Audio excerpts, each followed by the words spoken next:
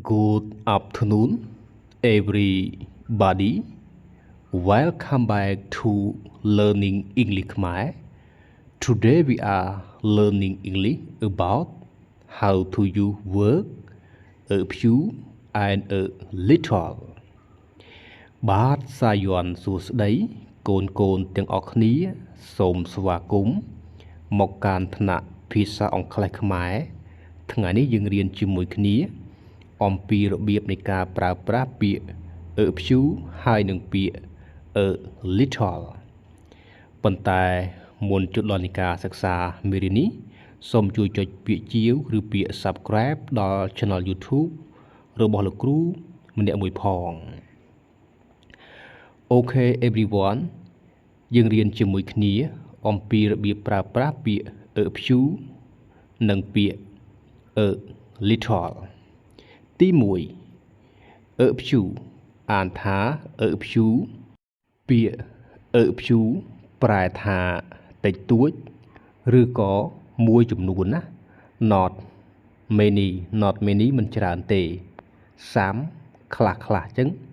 តិចតួចឬក៏មួយចំនួន we use a few with countable noun in the plural យើងប្រើប្រាស់ពាក្យ a few ជាមួយនឹងនាមរាប់បាន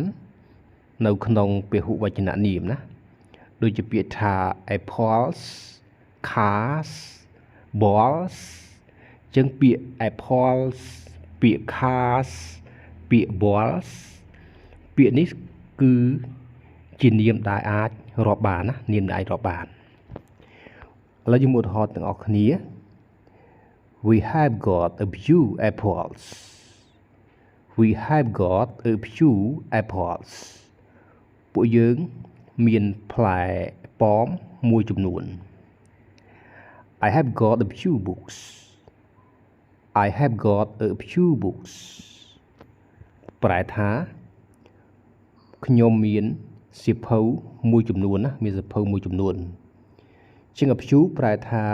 មួយចំនួនណាមិនដឹងចំនួនប៉ុន្មានទេក៏ដឹងថា a few ហ្នឹងគឺមួយចំនួនណាប្រើជាមួយនឹងនាមរាប់បានទី2 a little ប្រែថាតិចតួចឬក៏មួយចំនួនដែរ not much ឬក៏ some មិនច្រើនទេគឺមួយចំនួន we use a little with uncountable noun យើងប្រើប្រាស់ពាក្យ a little នេះជាមួយនឹងនាមរាប់មិនបាននាមរាប់មិនបានគឺជានាមកន្លែងណាដែលយើងមិនអាចរាប់បានដូចជាពាក្យថា money គឺជាលុយមិនអាចរាប់បានទេ water ទឹកក៏មិនអាចរាប់បានដែរ time ពេលវេលាក៏មិនអាចរាប់បានដែរ rice បាយឬក៏អង្ករឬក៏ស្រូវមិនអាចរាប់បានដែរអញ្ចឹងនៅមាននាមដែលមិនអាចរាប់បានច្រើនទៀតណាតែលោកគ្រូសូមបង្ហាញតែត្រឹមតែប៉ុណ្ណឹងឥឡូវយើងមើលឧទាហរណ៍ទាំងអស់គ្នា They have only got a little money They have only got a little money ប្រែថាពួកគេទទួលបានលុយមួយចំនួនបានន័យថាពួកគេទទួលបានលុយតិចតួចណាមួយចំនួនគឺមិនច្រើនទេ I have got little time to do my test I have got a little time to do my test ខ្ញុំមានពេលតិចតួចសម្រាប់ការធ្វើលំហាត់ប្រឡងរបស់ខ្ញុំណាខ្ញុំមានពេលតិចតួចសម្រាប់ការធ្វើលំហាត់ប្រឡងរបស់ខ្ញុំព្រោះលំហាត់ប្រឡងគេកំណត់ម៉ោងណាកំណត់ថា1ម៉ោងឬក៏1ម៉ោង30នាទីគឺធ្វើឲ្យរួចអញ្ចឹងគេកំណត់ម៉ោងអញ្ចឹងពាក្យ a little ប្រើជាមួយនឹងនាមមិនអាចរាប់បានណាអូខេឥឡូវអញ្ចឹងមុនមកចុះលោកគ្រូសូមសង្ខេបឲ្យឡើងវិញជាងថ្ងៃយើងរៀនជាមួយគ្នាអំពីរបៀបនៃការប្រើប្រាស់ពាក្យ a few ហើយនិងពាក្យ a little អញ្ចឹងពាក្យ a few